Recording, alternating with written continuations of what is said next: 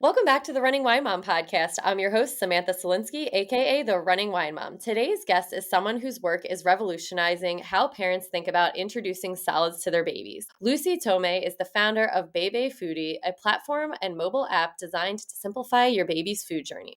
With her background as a certified nutrition consultant, a mom of two, and a dash of French culinary magic, Lucie has created a resource that blends expert-backed advice with practical tools to help families navigate everything from how to start solids to allergen tracking. And yes, even those moments when you need a store-bought backup. Today, we'll talk about her inspiration, how Bébè Foodie is empowering parents to find balance, and why food should be one of life's greatest joys. Plus, we'll dive into her app, her take on starting solids, and how she infuses a little French flair into every bite. Whether you're a new parent wondering what on earth to do with that avocado or a seasoned pro looking for tips on spicing up your mealtime routine, you're going to love this conversation. So, without further ado, let's welcome Lucie. Welcome. Thank you. Thank you so much for having me. Yes, and we met at the Create Her event way back in March, and it I is know, feels now the like end of the year. forever. Yes. Feels like forever ago. I know, it's like I'm like, "Oh my gosh, I can't believe that was so long ago," but it was such a great day, and it was great to, hear about your program, and the app wasn't, like, officially out yet, right? No, the app wasn't out yet. It's still not official, but we're getting close. We are just fine-tuning. We're doing a beta testing as we speak, and it's planned to be launched in January. That's awesome, amazing, and this will probably be out right around the time that it comes, so that'll be perfect for coming out right around the app. I love Cool. that. All right. So before we get into that, to start each episode, we have our wine, and win of the week segment. This is where we share our favorite bottle of wine, vent about something that's been bothering us, and celebrate our recent victories. So grab a glass, take a deep breath, and let's get started. So, Lucie, what is your WINE of the week? That's a good question. I think at that season, being December, anything that is available is a good option. But I would say if I have to choose one, I would say like a dry white Burgundy. I have a preference for like a Puissé. It's like crispy, elegant, and only a winner for me. Okay, I will have to add that because I'm not big on the whites in the winter. So, but I always like to hear what people like in the winter for a white wine. So I will definitely add that to my list. And what is your WHINE of the week? So my kids haven't been sleeping well for what feels months. I'm not even sure at that point. Like my daughter was sick, then my son, and now I'm not even sure if they're sick still, but they haven't been sleeping, and we're stuck in like this circle of like late night wake up, and it's like that moment when you know you have to break the habit, but you just don't have the energy, so you're just going day by day. So it's definitely been a challenge for both my husband and I, and we're just like, keep pulling and pulling and pulling, and all the energy is being drained away, but we're still there. You're like, let's restart everything in January. Let's wait till then because right now the holiday season is so chaotic and why Exactly. start? So what is your win of the week? So I would definitely say, with all that, I'm a solo entrepreneur, and loneliness is one thing that you have to go through when you build a business by yourself. But I'm very proud and grateful of the team I've built. So I've been working with like amazing people, like a marketing team, my dev team, and mostly my wonderful experts. They really just keep me going on a day to day. So every time I'm like having tough moment like this one where it's hard for me to not see everything as a challenge, I just have them to support me, listen to me, and bring my ideas to life. And it just feels so comforting. And for me, that's one of my biggest wins in what I built so far with Bébé Foodie, is that Oh, team. that's amazing. It's great to I mean, teams are the best thing just in life. Your friends, husband, partner, and of course working. It's just so important for success. That's awesome. So I always like to ask my guests, what is one significant challenge you've successfully navigated shaping the journey to where you are today? I would say it's like being a working mother and a solo entrepreneur has been, for me, one of the biggest challenge that I had to overcome. Mostly because it's like a shift in like mindset. You kind of go from a structured 9 to 5. I used to work in marketing. I quit my job in 2021, so it's already been 3 years.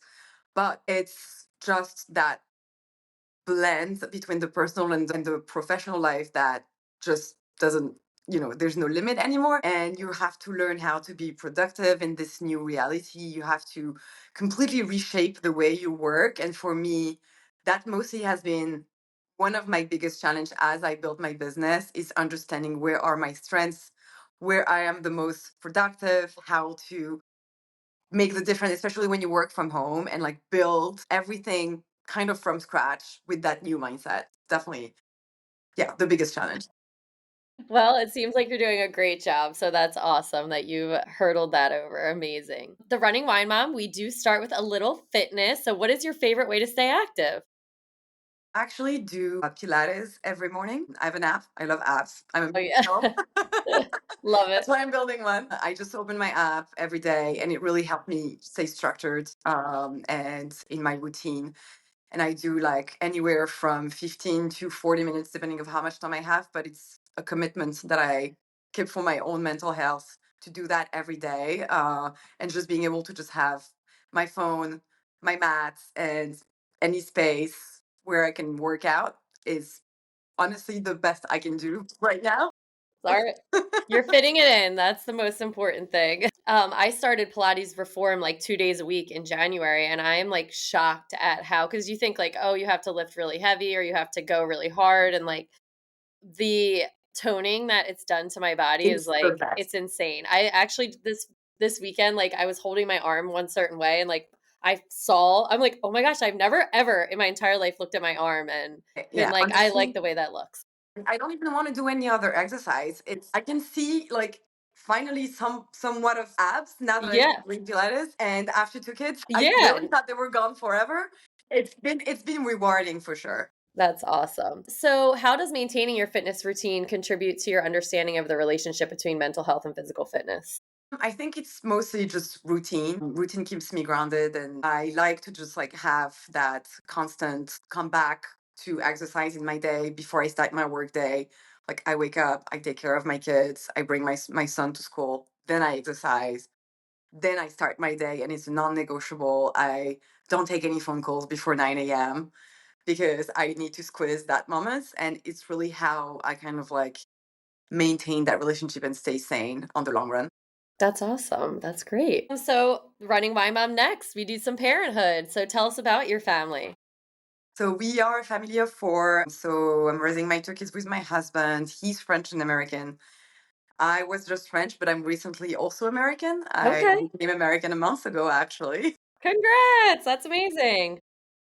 And both our kids were born here, which has been for us very enriching to like see the two cultures because obviously I was born in France and my husband too. So we have a very different approach to a lot of like how things are being done, especially as my son is now going to school. So it's a whole new learning for us. But it has been really fun to kind of like see how they're just becoming those two little Americans and we're raising Americans and we're having our French background and we're taking the best of both worlds and like making Yeah. our unique family. It's great. Well, I have to say one of my, like, core books that I read was Bringing Up Bébè. I don't know if you've ever heard of it, and Yes. I don't know if it's true or it's not in, like, the way that they raise their kids, but I felt like I took a lot of that with, like, we bring our kids out to restaurants all the time. We try to minimize the amount of toys they have, like, and I'm always curious. I'm like, is that the way that, it is portrayed, or is it kind of just like, but whatever, I don't know. Yeah, no, I know. I think it's a very I think a little bit of it is like, you know, made for the book and kind Right. of like Magnified. emphasized a little. Yeah, Yeah. exactly. But there's definitely something to say, and that's, I know we'll talk about it, but where the French culture has, I think, a big impact in everything that I like to transmit and everything we share at Bébé Foodie is mostly on that like pressure-free approach and like relationship to food that is for me very French and helps to remind everyone that when you are raising your child in a certain culture, a reminder that it's being done completely differently in other countries, and that should already help to kind of remove some of that pressure because at the end of the day, everyone across the world learn the same skills and they do it right. So it's I think like this kind of philosophy and approach of reminding yourself that it's not because we're doing one method here that it can be done differently, and sometimes you have to listen to your own gut and culture and like listen to yourself. Yes, and I am excited to talk about that too, but you're so right. It's like every culture is very different, but we're all raising babies in our own ways and they're surviving. So, Absolutely. what were you least prepared for in parenthood? I think it really depends of the stage you're in. I was in. For example, when I had my son, I'm a bit of a control freak, so the newborn stage was like a whole new level of crazy for me. I had like I would say like a big adjustment to let go and not feeling stressed about just like like every day and like listening like he wanted to sleep, he wanted to eat, etc. So that was a big adjustment for me. But like for example, when I had my daughter, it wasn't an issue at all. I loved and enjoyed the newborn stage so much. So I would say every stages bring their own doubts, and I would say the hardest part of all is like the fact that we constantly doubt ourselves. Yeah. Like, are we enough for them? Are we doing the best? And then I would say because I'm in it right now, regressions are tough, Mhm. Yeah, the regression. and they really never seem to end. How old are your kids again? 4 and 2, Okay, almost 3. that's the same as me, 4 and Wow. two and a So half. you're in it as well. Yeah, so I totally understand, and it is, it's like every phase, you're like, "What the heck?" So what do you think your parenting style is? I would say I aim for balance. I like to guide, my kids in like making their own choices, but I set clear boundaries. I want to give them, freedom to explore, etc. But I also think that flexibility is key. Mostly I'm teaching them that we're not perfect, just like they're not perfect, and they're tough days and they're better Yeah. days. And it's normal to kind of have like different feelings. So I, sometimes will have to like take my distance with them and like explain that to them. And mostly just, yeah, balancing that out, I would say, is how I do my parenting. Yeah, it's hard, but important for the balance part, yeah, that's awesome. And what's one piece of advice that you would give to other parents? I would say to let go of the idea of perfection. When I say that out loud, it's mostly for me. It took me a while. I'm a bit of a perfectionist, but that's exactly for that reason that I also wanted to build Bébé Foodie. It's because I strongly believe that every family is different, that there's not just a one size fit all, that there's not just one guide. And a lot of time on what you see on social media, or even for like when you follow straight like the guides from like your doctor or like someone in your family, it seems like very one sided. And if you're not doing things exactly like that, it can be so much pressure for the parents. So the best thing that you can do is do what works for you. Don't forget to listen to your guts and also to your own needs and not just your kids' needs. I think it's very important to be a better parent. Give yourself grace and just remember that you're doing better than you think. And again, I'm saying that also for myself. Yes, it is hard. We get so lost in, like, our kids and making sure that they're okay, but, like, we do, like, they say put your oxygen mask on first. You need to make sure that you are okay before your kids are, and then your kids will be okay if you are. It's probably one of like the most like the truest things that was ever told to any parents, I think. Like Yeah. this comparison is so true. Alright, so let's get into Bebe Foodie. Can you tell us about your business? Yeah, absolutely. So we are so French inspired, but expert backed, mostly app guide and soon to be app. And right now we're aiming to accompany parents in the introduction of solid food. So basically all those first questions of like what to introduce, how much should I give, etc. Like kind of like the common questions, everything around allergens. So we're kind of like answering all those questions. We have the app, we have a lot of blog posts, we're building out guides, all of that information really to make it easier with one goal is mine in mind is like to for parents to use our app knowing that they can structure that journey to their own image and for the needs of their unique child. So that's really mostly how we envision all of this. Like we're doing the work of doing all the research, getting the experts to give you the right things, but you're choosing the method, you're choosing how you're delivering, you're choosing your pace, and you're using our app so that you can build from scratch how you want to go about this journey. And I love that because I feel as though so many things are either like you give purees, you give Or you do baby-led weaning, you don't do, like, a mixture of both. That's not really, like, an option, and I like that you kinda give that option of the purees and the solids and, like, introducing it together. Yeah, no, exactly. And we're very much into like a combo approach. But mostly the main message is like, if you want to do baby led winning, we'll give you the tools for it. If you want to do puree, we'll also give you the tools for it while also guiding you into when to transition at the Mhm. right time. And ensuring that in both cases, you end up to the same goal, which is to make sure that your baby will be curious and introduced to enough variety to be able to enjoy eating and take part of the family meal. Yeah. So what inspired you to make this as a resource for parents? Well, mostly my own experience introducing sports was clearly a driving force, but I've always been into nutrition. I always wanted to kind of I have a background in marketing. I worked for 10 years in the marketing, mostly in the US actually. But becoming a mom really turned that passion for nutrition into something else and more mostly like a calling. So because even though I love food and I love cooking, navigating baby nutrition is so overwhelming. So Mhm. imagine when you're already kind of like into this, it's complicated. Like, what is it for most people in general? It's a lot. There's a lot of information. It kind of comes from everywhere and it often contradicts itself. And on top of that, there's always a little bit of judgment, if you don't, like, as we said, follow a certain method. Meaning, like, you have like a lot of like well-intentioned people that are going to tell you, you have to do this, you have to do that, blah, blah. And then if you don't do it like that, you feel like a failure or you feel like Mm. you're doing it wrong. And it's a lot of pressure.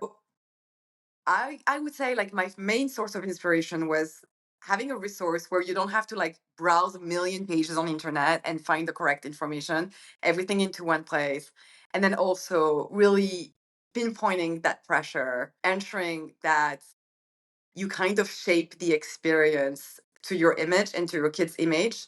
And then you basically just keep the fun because that's what food is about. It's fun and it shouldn't be that stressful, overwhelming experience where you just second guess everything and you don't know if your baby's going to choke and if you're introduce that food or if this allergen is going to do anything and kind of like being able to source the right information and also feel empowered to do it yourself. So what do you think the biggest challenges that are commonly faced when introducing solids? And you go a little bit more in depth to how your app addresses those. Yes, absolutely. So I think the most overwhelming question that we hear a lot is like, what should I introduce first? How much should I give? Because even though a lot of time you would get recommendation like follow your kid's appetite and guts, it's still something that a lot of parents wants to have somewhat of a straight answer. So like technically at that age, how much should my baby eat? And while it's true, you don't want to force them into eating this whole quantity, having somewhat of a guide can be helpful. And then, of course, I would say the choking part is huge. Parents are super scared of choking and allergen introduction, especially because in the US, there's been a rise around allergens. There's been a lot happening on that specific space. And with that, just a fear among introducing allergen. And that's actually a very interesting point when it comes to how it's being approached in France. Like, for example, peanuts, not even a worry in France. No one cares about introducing peanuts. Why? Because it's not as important part of our diet in France. And you don't really focus on introducing it early versus in the US you want to ensure that your child has peanut into their diet as early as possible, if not one of the first food you give, just to make sure that they have that exposure. But it's all linked to like culture, habits, different dietary needs that are shaped in wherever you are. And it's a fascinating topic when you think about it. Yeah, for sure. And I didn't even think about like that peanuts like aren't even a big part of other cultures' diet because it is such like a big part of the American diet and that they don't have those same peanut No, yeah, allergy absolutely. issues. It's crazy, but of course, we're following the guys as it is here in the US. Mhm. So we're kind of like giving all the tools that parents need to be able to safely introduce all the allergens. Obviously, making sure they track for any reaction, etc., keeping like a safe space between each allergens. But we've designed a timeline that's kind of like following the top culprits as a start. So like peanut, egg, and dairy being the main ones, and then going through all of the top 9 allergens. So that's like one of the biggest challenge. And overall, I would say one of the most common challenges parents face, and that doesn't stop, meaning you have that at the beginning, and then it's even more as your child grows, is like, what the heck am I going to make for dinner? Yeah, gosh, the thing I was probably least prepared for in adulthood is dinner every night. Exactly. So it's kind of like where we also aiming is like answering those like real life moments, parenting moments where it's like 5 or 6 p.m. and you open your fridge and you have like one zucchini and a handful of cherry tomatoes staring at you, and you're like, what am I going to do with this? And we are aiming to really build all of our content in a way that gives flexibility and inspiration so that you can find in 2 seconds a 5-minute recipe if that's the amount of time you have, or something for the whole family is that just makes it easier in your schedule. So having like all that flexibility in everything that we're providing. That's awesome and so important in parenthood. Flexibility is also so key when you're like, let me just do this real quickly." So that's awesome. So what are some of your favorite first foods that you recommend for families starting salads? So I would say there's no like strict rule about like what foods you should be giving first. I would say choose a food that is easy and that you already enjoy as a family, because it's going to make it easier for you instead of like going out of your way and like getting like those pork chops or like this turnip or this beet if that's not something that you eat. Yeah. So any food that you usually eat is great to start with. We often like to recommend vegetables just because it's easy to digest, it's easy to prepare, and there's a lot of variety. But you can absolutely do grains if oatmeal is often recommended by a lot of doctors. Proteins also, if you want to start, there's absolutely nothing wrong if you want to start with proteins. It's just like I feel like it's easier because like if you were to do proteins, if you want to go the puree way, you might have to like blend it and then mix it into vegetables, and if you go the baby led winning way, you still have to like follow more rules in terms of like safety versus like opening an avocado, mash it, or just like cut it safely into a quarter is just so much easier. And honestly, at the very beginning, in those very first moments when your baby discovers food, it's about that. It's about the discovery. It's about looking at your baby, enjoying the food, and taking part in that experience, watching their face, filming them. That's kind of what you want to focus on versus like Yeah. how much iron are they getting? You know what I mean? Yes, yes, and that's also hard to remember where it's like they're just, like, kind of experimenting with food and touching it and, putting it in their it's not really about, like, as adult nutrition the same as child's, that little. Yeah, absolutely. And just a reminder for everyone, when you start introducing solid foods, the baby is still having a breast milk or formula. Most of their needs are covered, and nature is well made, which means that you have those first few months to kind of like transition over solid foods over time, and naturally the source coming from the formula and the breast milk will decrease, and then it will transition to solid food, so you have a little bit of time to enjoy the process and go slowly in your introduction. You don't have to have them like they don't need a complete meal by the time they start. Yeah. So you started with the program first and then you developed the app. That's how that kind of So we launched a website, okay. and the website has mostly free information, lots of blog posts and different guides. So I certified as a consultant in nutrition because I felt that it was something important for me to ensuring that I was also bringing an expertise into everything I was transmitting. But my intention was never to be the expert. I always wanted to build a team of experts, which I have today. So that has been a big part of the journey as well, is building that team. So now we have a team of 8 people. There's 3 doctors, one pediatric allergist, so 3 pediatrician, one pediatric allergist, one feeding therapist, one pediatric nutritionist, and 2 chefs. So it's Wow. really complete. They're all exceptional people with a lot of knowledge, and mostly everything that we share is a blend of expertise and real life experience, and they're all parents, so that really helps also to kind of have the realistic aspect of this. For example, our pediatric allergist is a mom of 2, and her firstborn is allergic to egg.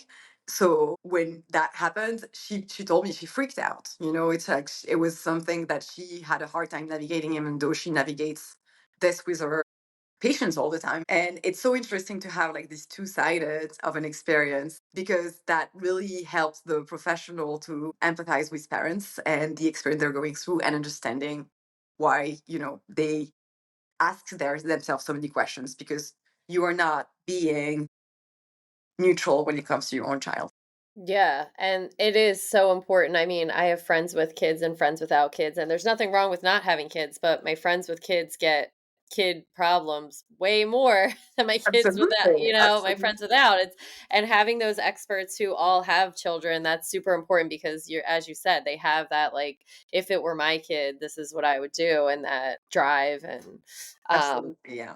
So yeah, so now that I have this team, we've been working diligently in the app. So it's been a long work in the making, almost 2 years, and it's finally coming out. that's So awesome. obviously, it's like a lot of like learning curve. It's a learning curve, and the app obviously will evolve. Our goal is to make it as more personalizable, customizable to parents as possible. So we will continue improving it with time from every single feedback we'll get and really shape it to the needs of parents so that they can really utilize it into their everyday life. Yeah, and then so what do you think that the age range for it could be? Like, are you hoping that it'll go into like beyond just introducing salads, or you're just thinking just for the younger group right now? So because it's so much content to create, we're starting with the starting solids membership, which is for anyone with a baby between 5, 6 months all the way to 18 months. So everything is designed to walk the parents through this evolution. So when they get into the app, if they're just getting started with Solid, they're going to put into like, what we identify as months one. So the baby can be anywhere between 5 and 7 months old approximately. And it evolves with them and as they grow. So it's basically 12 months of weaning that they're going through with different steps into like during that month. Here are like the main milestones that your baby's gonna experience, like typical meal breakdown, typical daily intake, how many meals do you offer, what kind of food do we recommend to give at that moment, and then every day you have a recommendation for food. So obviously there's no pressure in introducing a new food every day. It's not how it's designed. It's more designed in a way that you can find inspiration from this series of food, but you can also absolutely go into the food database and swap for another food and decide depending on what you have on your fridge, and then you have access to a whole database of recipe, and we're basically offering feeding suggestions for each of the food that we have in the app.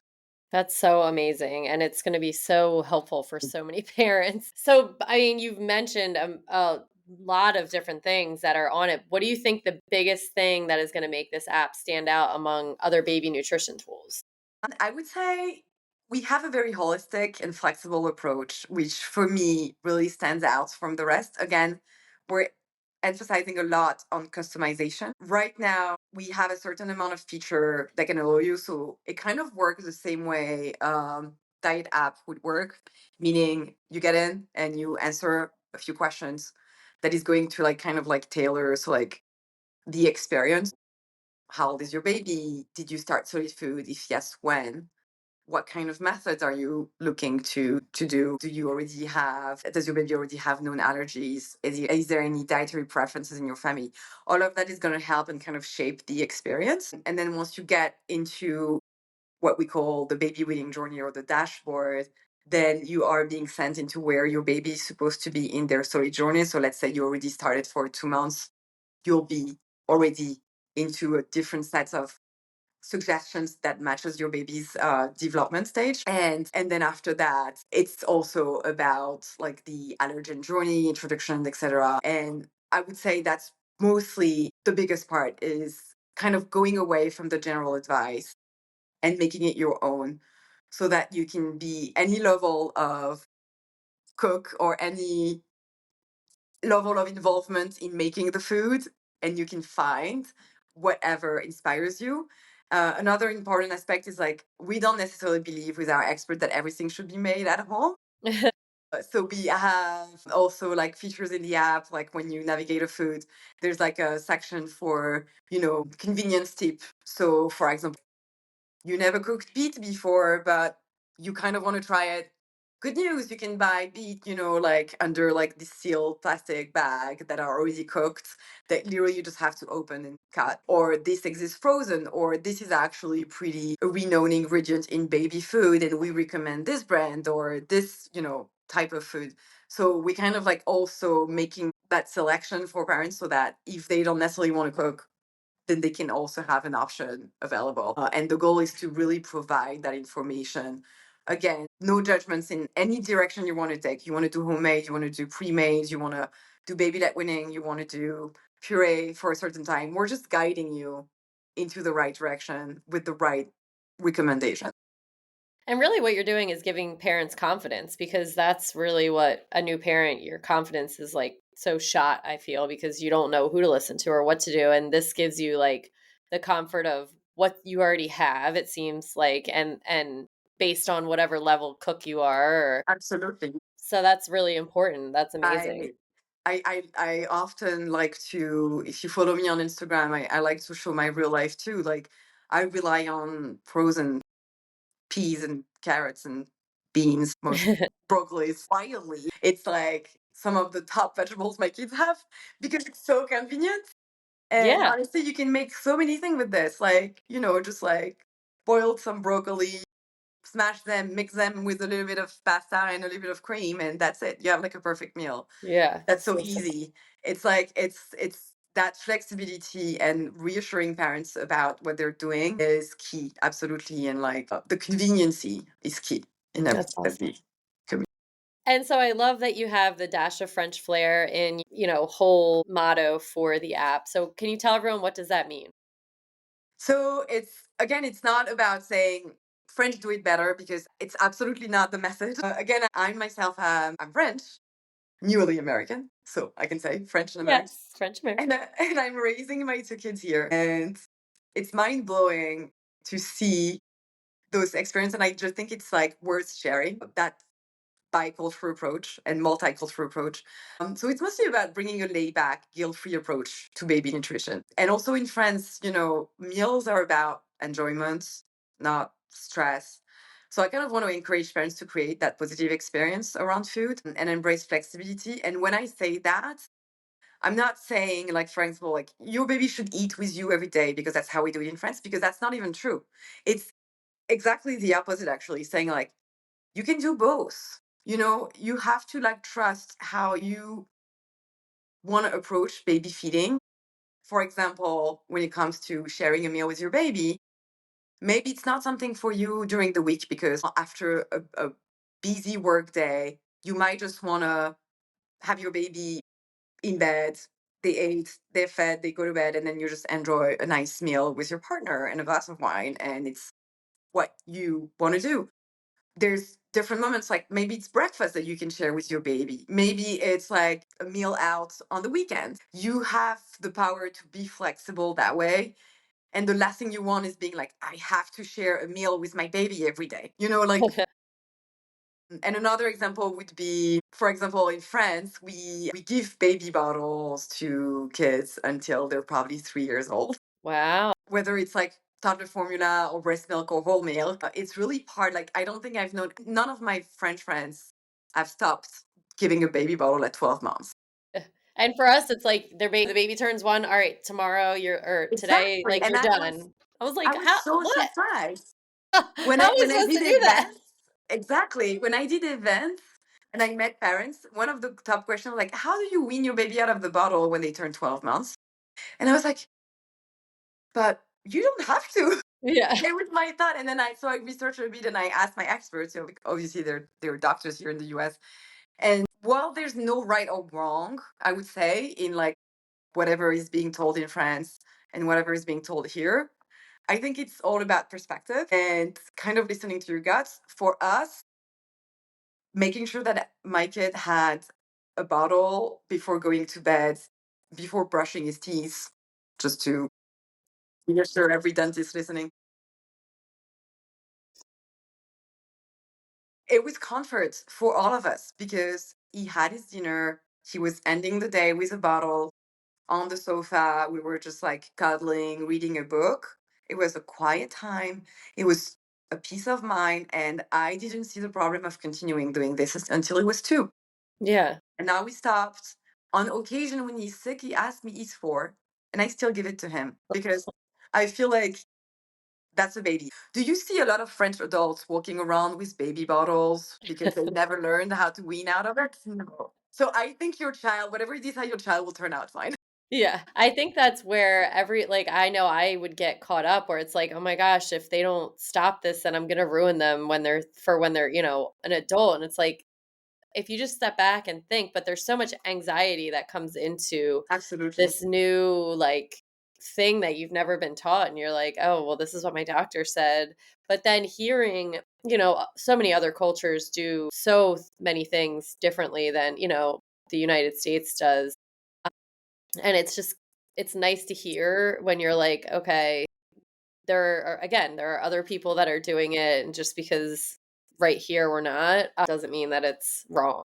Yeah, absolutely. Absolutely. And I think it's a good reminder just to Yeah. be always reminding yourself that it's being done differently across the world. So Yes. you And we should listen forget to that. that. We do. We do. So, how do you see Bébé Foodie growing in the next 5 years?